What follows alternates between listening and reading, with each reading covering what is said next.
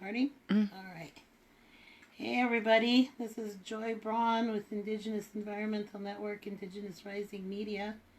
Having a cup of coffee. Hope you guys are having coffee or tea or some non-alcoholic beverage. And today, the Promise to Protect Coalition delivered, I'll give you the exact number, 44,598 signatures on our call to cancel KXL amid the COVID-19 virus, that pandemic that's facing the globe right now. The reason why we are all sheltering in place, right? So we're calling on Montana's Governor Bullock to cancel KXL.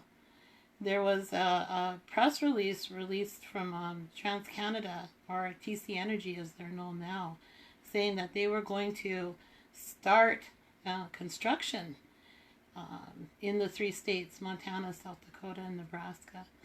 Now we just heard yesterday, or a couple days ago, that TransCanada was having, maybe they weren't going to start exactly like today or tomorrow, maybe by the end of the month. And they were calling it a fluid thing. But the reality is that they're still calling for construction and bringing in thousands of men into rural America, Montana, South Dakota, and Nebraska. And we don't know where these men have been or who they have been exposed to.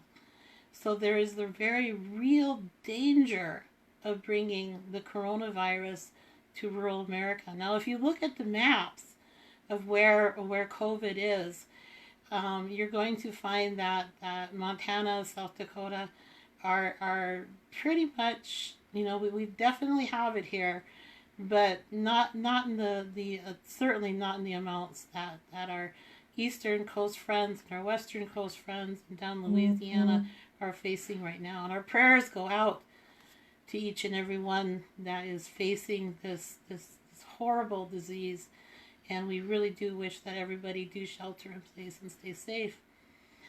However, we don't want men coming in, these workers coming in, and bringing that virus with them. Now, TransCanada has said that they're going to quarantine the people for 14 days, and they'll have some kind of pink armband around them and all of that. But the reality is that even TransCanada's own people in Canada are saying, why are you making us work during this pandemic?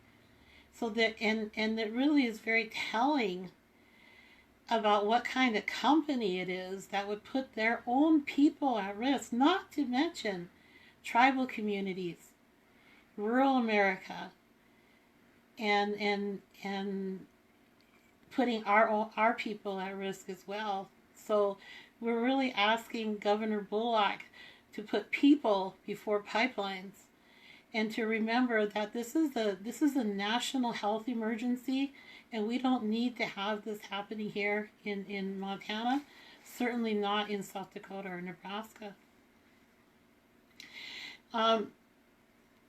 Canada's Alberta government just recently invested $1.1 billion into this dirty tar sands project. And of course, we've been fighting this project, for 10 years or more, as Indigenous communities, as Native communities, as rural America, farmers and ranchers here.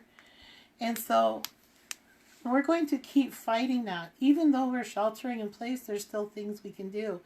So in the description of this particular live feed, I did put the link to the petition. You can continue to sign the petition, because we have delivered it to Governor Bullock, Montana's Governor Bullock, but we will continue to give this petition. We plan on giving this petition to South Dakota Governor's Nome and to Nebraska Governor Rickett, as well as to other county commissioners and other people that are along the route, because we have to remember, Keystone XL does not have all the permits along the route. They keep saying that they do, but they do not. They don't have all the permits. So it's very important to remember that. And that, we have to remember that we are part of this coalition. And this coalition came about because Indigenous communities, tribal communities along the route, and farmers and ranchers along the route joined together and asked our allies to join us and to help us fight this dirty tar sands project. We have to remember that we are still facing climate catastrophe. Facing what we're facing right now with this coronavirus is giving us a taste of what we may have to face in the very near future regarding climate catastrophe. And while we're all sheltering in place, you're going to notice that you're going to see things online and in the news about, oh, the pollution is down. Oh, the dolphins are coming back into the bay. Oh, the sea lions are doing different things and things are happening. Well, we have the opportunity to really show what this fossil fuel industry is doing to our planet, to Unchimaka. And each and every one of us has the opportunity to make an impact in stopping climate change. And Keystone XL, we've always said, is a game changer when it comes to climate change. We've always said that. And the reality is that's true. It is a game changer. And with Alberta giving $1.1 billion to a private company to come into the United States of America and use eminent domain for private gain and threaten tribal communities crossing our treaty territories of Ocheti Shakoi, threatening us with man camps, not only with the COVID-19, but also don't forget that man camps are very much tied into violence against Indigenous women. So it's very much tied into the missing and murdered Indigenous women and persons that go on with the oil industry. And so we need to take a stand, and you know that because you're watching this. And we ask you to please join us in calling out Governor Bullock and saying that they need to cancel KXL, specifically during this pandemic and this health crisis that we're facing.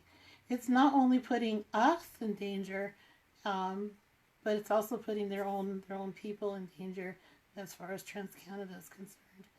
So please, you can continue to sign the petition. The link is in the description here. And I thank each and every one of you for joining us and for helping us to make that stand. I know that 35,000 of you have signed on as far as the promise to protect, to stand with Indigenous communities, to stand with rural America, and stand with us along the route. And so I really appreciate that. And call out Governor Bullock. Say cancel KXL. Use the hashtags cancel KXL, no KXL, coronavirus, whatever it is that's going to get his attention. But help us, join us in that. So with that, you guys, I wish you all have a happy, healthful, safe day today.